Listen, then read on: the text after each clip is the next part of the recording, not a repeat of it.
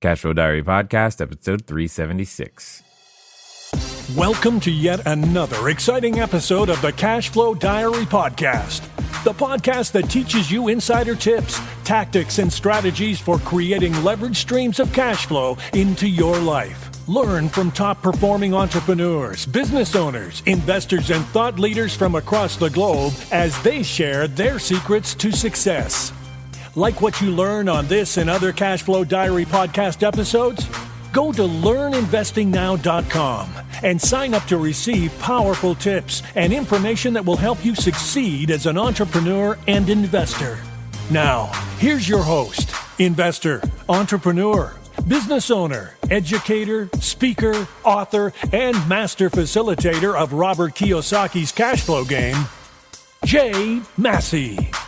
All right, ladies and gentlemen, welcome to another episode of the Cashflow Diary Podcast. I'm your host, Jay Massey, and I'm glad that you're here today because I think today is a monumental day. One for me, but definitely for you, and I think 3 for the world. Why am I being so dramatic? Because we have today an example that I've always been telling you guys that you know we should be looking for, and I hope you spread this particular episode far and wide, because his story needs to be told and it needs to be heard. Now, today's guest has a couple of great distinctions.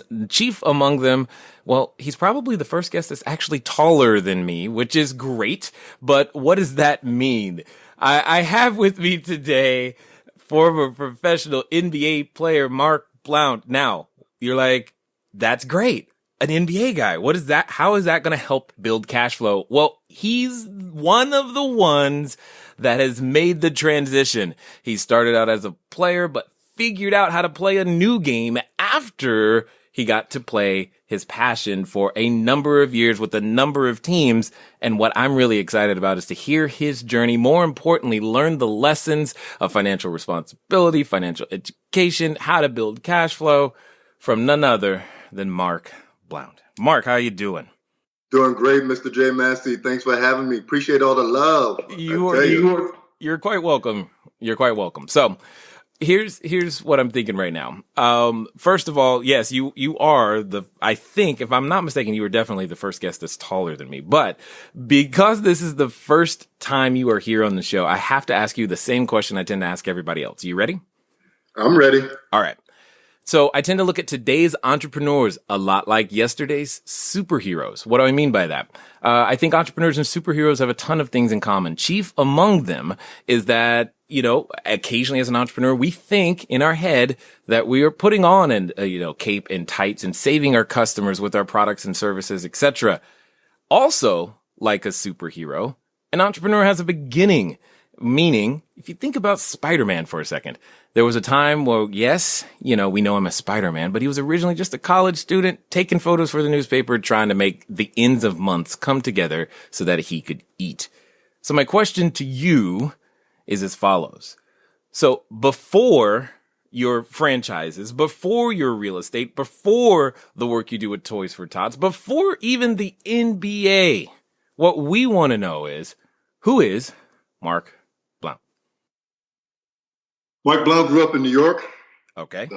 Yonkers, New York, and worked his way down to Somerville, South Carolina. And during that period of time, Mark Blount was trying to figure out who Mark Blount was going to be at 12 years old. And, over the years of just staying after school and playing basketball and trying to figure it all out. That's where it all started coming together around 13, 14 years old that I think I can do this. So for the superhero part of it, that's why kids love superheroes, because they're amazing and they set a goal and they complete the task. So that's why I looked at the goal of becoming an NBA player and kept working until I got there. Indeed. Well, and you've got the distinction. I bet you there's been a number of people who really looked at you as that superhero. Yes. Oh, definitely. It's never even at 41. My old age, they still be able to torture me every day. But it's not the it's not the basketball. It's just the character. It's the way you carry yourself. They see it. It's a part of the whole. It's part of the whole package. Yeah, indeed. So let me ask the question that I believe is on everybody's mind, and I know it's on mine, if not theirs. Is what did you do? Why were you able to make such a successful transition? Whereas the news often reminds us of how many unsuccessful transitions there are. What was different? Well, I thought about it. I was a year off after retirement. I was doing my sabbatical during that time, and thinking about what's the next step. What's the next step? And started researching and spent several months after my sabbatical just looking into some of the franchises I was going to get into. The real estate was an accident. I was actually trying to help somebody find a place, and I was able to get several buildings at one time. So that was just a fluke that I got through. And then during that time, that's why I was able to put it all together. I was a little bit of a madman running 5 small companies at one time, but oh well, that's what we do. Superheroes do, I do, and I get it 100%. So now, just so you know, there's a number of people who are listening right now who are probably like upset that you quote unquote stumbled into a whole bunch of buildings. Just so you know, so just between me and you and a few thousand people, it's okay. Please break that down a little bit. Tell them there was some sort of skill or something involved. Tell us that story, if you would. I wish I could tell you it was some kind of skill. I was helping a buddy find a duplex. And I said, look, I'll help you out. I know you're struggling. I'll get the front one. I'll rent it out. You stay in the back. Well, the realtor took me on the street, and, it was just with the bubble. And during that period of time, it was like 2010, 2011 when I started that real estate deal. And I went over there, and they're like, he's got 6 more buildings. I was like, what? They're like, yeah, they're under. It's like, I could have all 7? She's like, yeah, you could have all 7. And the buddy looked at me, you want 7 buildings? I'm like, yeah, I'll take all of them. And I bought them all. There it is. That's just, it's like shopping for groceries. You know what? Bananas were on sale today. I didn't know what else to do. You buy the bananas. All right. I got it. So before that though, let's talk about after. Now, when you buy those properties though, what were some of the lessons that you have learned? How did you even know that those properties were the ones you should buy? I mean, because again, as a former player, you spend most of your time focused on playing the game, but it sounds like you've done some things, to help prepare yourself to be able to recognize opportunity and know how to strike.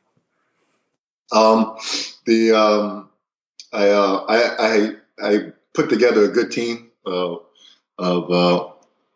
when I started down the path. I already prepared myself to put a team of accountants and lawyers together, and they were able to help me out and find people to give me information to make the decision. Being able to acquire those buildings, they were built in '62. They were built for flood. They were built for hurricane. So that was pretty much a no-brainer in Florida. And then the insides needed to be gutted, and then that was the process of understanding budgeting and getting in and doing work on my own that I had to learn day by day. Just being able to drywall this and that and stuff like that. Then working with the city, code enforcement. It was definitely interesting, but I enjoyed it. Got it. Now, so that I'm clear, when you say doing the work on your own, did you actually put up drywall yourself? I put up drywall. I did everything. Me and my buddy did everything except for because I'm an owner builder, so I own the property, so I was able to work there. So I was able to do a lot of stuff. I was taught a lot of stuff. I was able to do a lot of stuff, and then I did everything except for the roof, electrical, and AC and plumbing. Other than that, I did the drywall and we put up the kitchen cabinets and all that stuff. So. Nice. Did you put a little badge on it, an original Mark Blount piece right here afterwards? I wanted to take a lot of photos and lay on the floor I was like Burt Reynolds back in the day, but I didn't do that. I love it. I love it. Okay. So this is interesting. So talk to me for a moment. As you're going through that, did any one of your former, teammates, et cetera, were they trying to understand what you were doing? Did that help them want to make the transition? Because the bug had to come from somewhere. The idea of, hey, I got to do something, real estate, it had to come from somewhere. And I'm curious as to how it influenced those that were around you as well.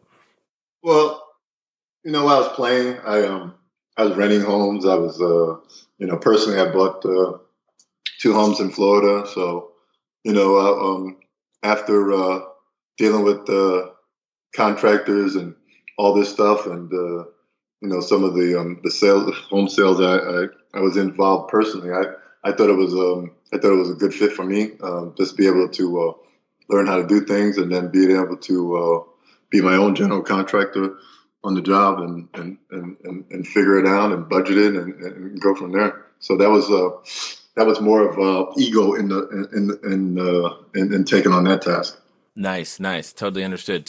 So how do you go from real estate then? Because there's this transition period where you're going from real estate over to franchises. What was that like?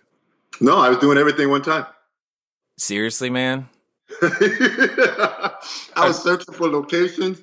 I was traveling to corporate, doing, I had to, you got to go to training. I was training. I was doing everything one time. Because you just like being overly busy?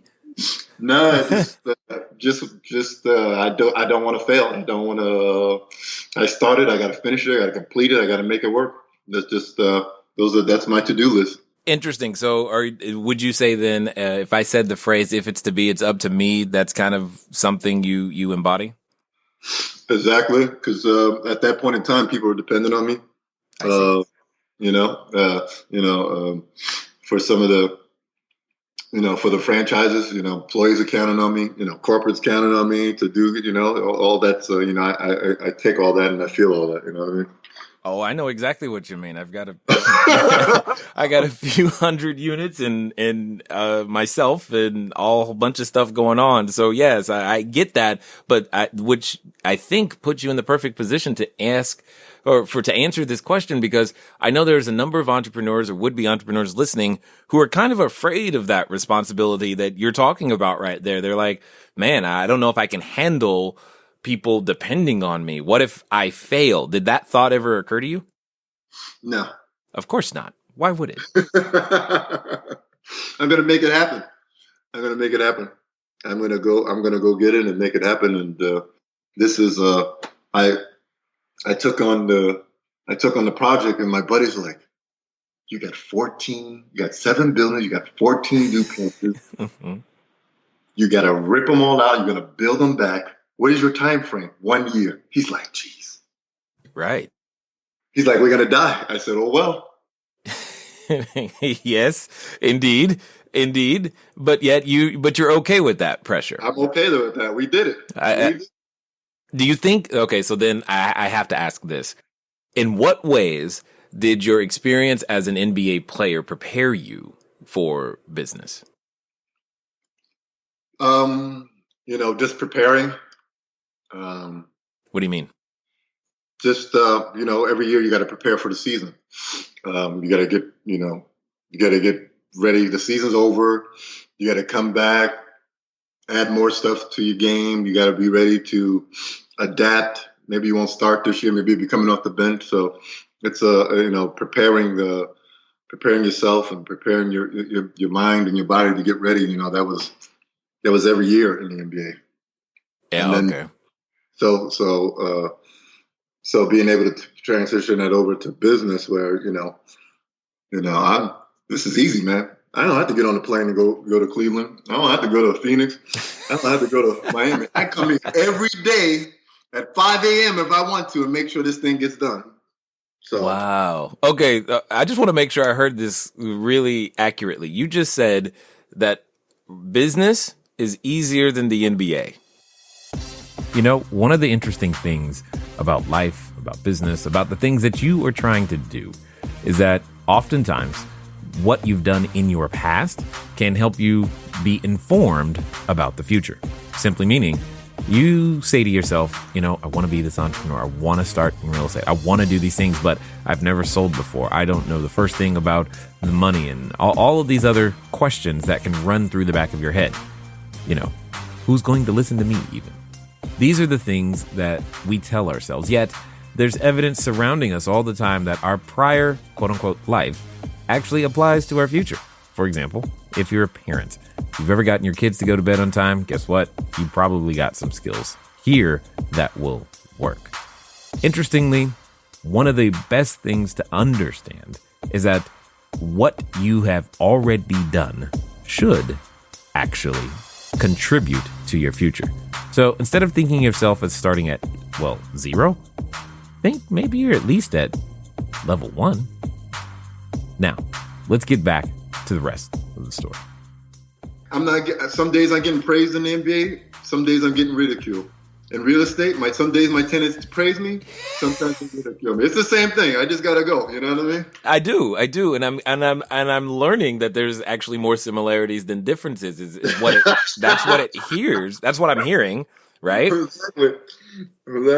Because if you're and what I really like about your story is that you're just pretty much building a different team, you changed your position instead of, being a player on the court, or if you're more like a general manager in the office. But you're a general manager that look, if I have to come down and play, I will do that. That's what I'm hearing. Exactly. If, I never put hurricane windows in, but if you show me 2 or 3 times, I'm sure I can do it. And I did it, so. I like it. Okay. All right. So now you're associated with not one, but 2 completely different franchises. Most people go one and maybe get multiple locations with that one, and they're like, okay, I'm good. But that's not good enough for you. So please explain the reasoning behind continuing to push so hard. I just, I don't understand mediocrity. I just go and just get it done.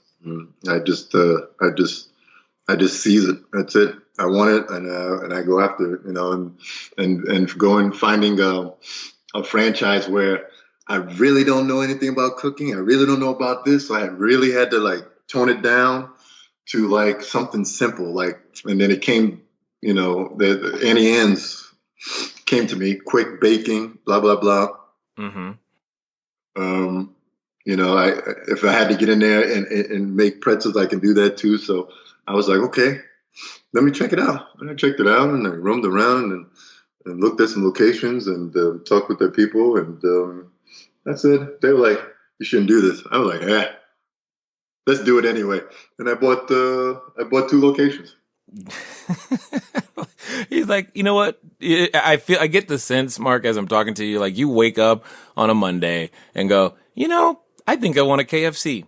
I'll just buy the whole place. That's what I'm hearing. And you just go and you're not really concerned about the outcome as much as you're concerned about understanding that I'll figure it out along the way. And a number of people are afraid to be that way. Where do you think that comes from for you? Well, just, I was 2nd round pick, and I spent a few years in the minor leagues, CBA and a couple lower leagues before then too. So I knew the, the tenacity would never leave me. And I just wanted to be able to, put that same energy, because I'm sitting there. And I'm 35 years old, 36 years old, and I still got an energy, and I still got a fire, and I need to release it. Not just because I'm not playing anymore. I still need to find avenues to be able to torture people. So that's what I did. You're just having fun through life, and I like it. And that's good. That's good. So let's talk serious for a minute. When it comes down to, just everybody in general, what would you say have been some of the basic financial lessons that you've learned that have helped you to experience the success that you've had? Not just as one of the few NBA players or sports players or professional sports or professional athletes that have managed to make a transition, but just in general as a business owner, what are some of the basic things that now that you know them, you're like, how come I didn't learn this earlier? Yeah, definitely. Just as business owner, acquiring assets for the company, that was very eye-opening for me, and being able to have those was very important. And then, being younger and playing in the NBA, I didn't realize, they weren't the stuff I had around me, because it is just junk and stuff, was just liabilities was taken from me. So those were the first two things I learned. Adding things to the property, and making it look sexy and attractive for the tenants and stuff like that. That was some of the stuff I learned, and being able to continue that into the franchises and stuff like that was very, very, very helpful. And it kept me going, and gave me a fire, and kept me going. And I was able to, last year I was able to sell my franchises and sell my real estate, and being able to do that was making sure I had a great product to move on and do something else. But if I didn't have those assets in those companies, I don't think I would have got the buyers I needed to sell my ventures and be able to move on to do some different stuff now. Got it. Totally makes perfect sense. Now, most people, myself included, we tend to think of success and business as a long journey, and that's true. But you also talk about the possibility for short-term success. Could you explain that a little bit? Yes, for me, I'm always interested in new things, and I'm more of making sure the business is right, making sure the business is running, make sure the business is bringing in the cash, and moving forward in the right direction. And then, like I've been in the last 4 or 5 years, like, all right, I don't want to sell pretzels and Cinnabons no more. I want to do something else. So, short-term success for me is, okay, I made my money. Let's see what's out there. Oh, we like your store. Okay, here we go. We're able to make a deal. So, for me, it's getting in and getting out on some things. Not everything is. It's definitely beneficial to entrepreneurs out there. Got it. So, what would you say if I said, okay, Mark, tell us what's next. What's the next? I guess in your case, let's go with 3-year plan, because it'll probably change after that. Probably will. I like it. This is good. But what do you see as what's next for you? What's that opportunity that you're really excited about when you wake up in the morning that's going to keep you pushing as hard as you are? Well, I'm still going to do stuff with the kids, and and be able to help them with information and help them grow, and teach them about their bodies and nutrition and stuff like that. With my 7 Wellness that I started last year camp, I'm going to do that. And then I think I know a lot of the stuff is rising in prices, but I think I'm going to get back into real estate deal, and try to not only make money, but try to inform individuals on some of the homes they're buying, and I think the most important thing is giving the new home buyers, first-time home buyers, the information on the certain products around the house. You look at HGTV and all that stuff, that shows them how to do it. But I think there's a chance for me to have somebody that's been there, done it, put his hands in the dirt and done it himself, to be able to, feel and touch me and be standing in their new home and like, look at this, you need to do this, and stuff like that. And that's probably some of the things I want to get into next. Got it. Excellent. This makes perfect sense to me. So when it comes down to it, at the end of the day, as you look at, the horizon of business and people and even those players and otherwise that are making decisions about their future, how important would you say it's been or would be for them to start a business, think about real estate? Is it optional in your mind? For them, I wouldn't advise players unless they really have somebody that they trust and love to start a business with and be able to make it grow. I'm more of old school. I need to be there every day. I need to see what you're doing, and I need to know what's going on. So that's the way I am. Yep, I like it. I like it. I get that. I mean, staying close is there's something to be said for that, and it makes perfect sense. I totally understand that 100%. So with all of that being said, let's pretend for a second that there's a player listening, wondering about, hey, what my future looks like. What would you tell that person to do? Your future looks like whatever you want it. You got to get up and go get it.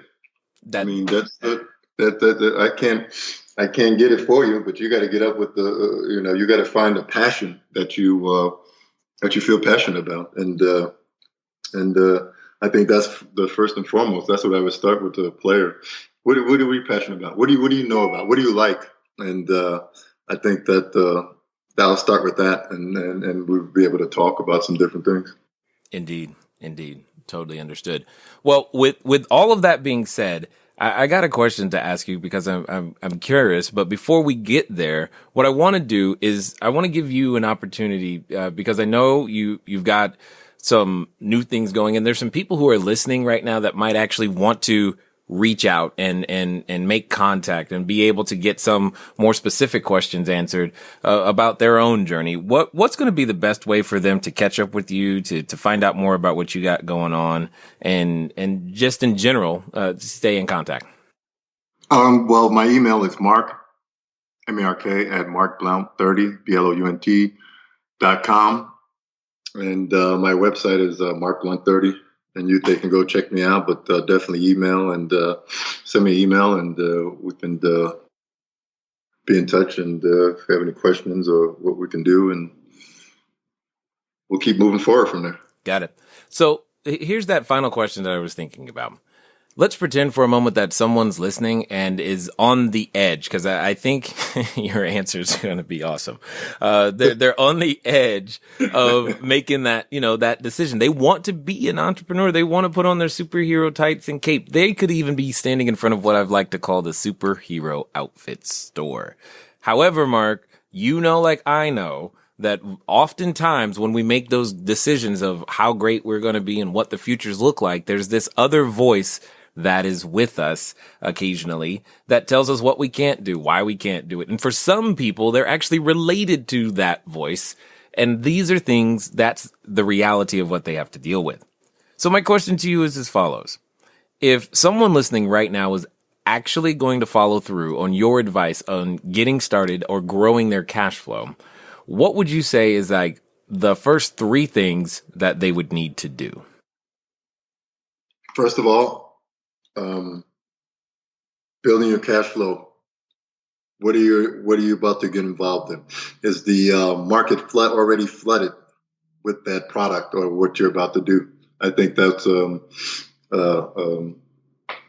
of the big mistakes a lot of the first individuals do. They get in there and that brand, that concept has already been tapped out already. So I think that's the first and foremost. And then second of all, cash flow. How are you looking for, employees,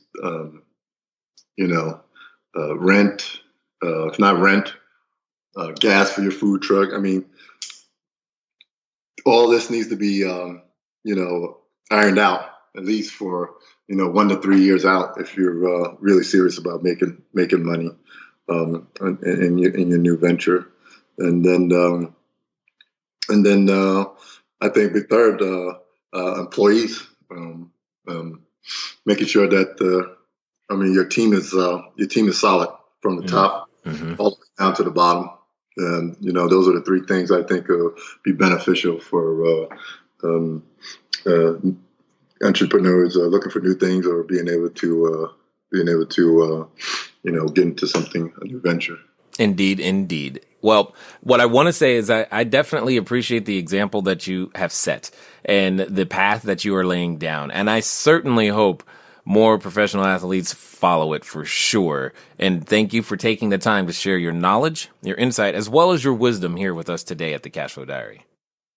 Mr. J. Massey, thank you for having me, brother. You are quite welcome. All right, ladies and gentlemen, you know what time it is. It's time for you to move at the speed of instruction. What does that mean? That means get over to Mark Blount 30. Why? Because you heard something that inspired you or will inspire someone you know. So feel free to share this episode because at the end of the day, if we all go out there and become entrepreneurs, a rising tide lifts all boats. So let's go get it done. It's been fun talking to you guys today. I look forward to talking to you soon. Until next time.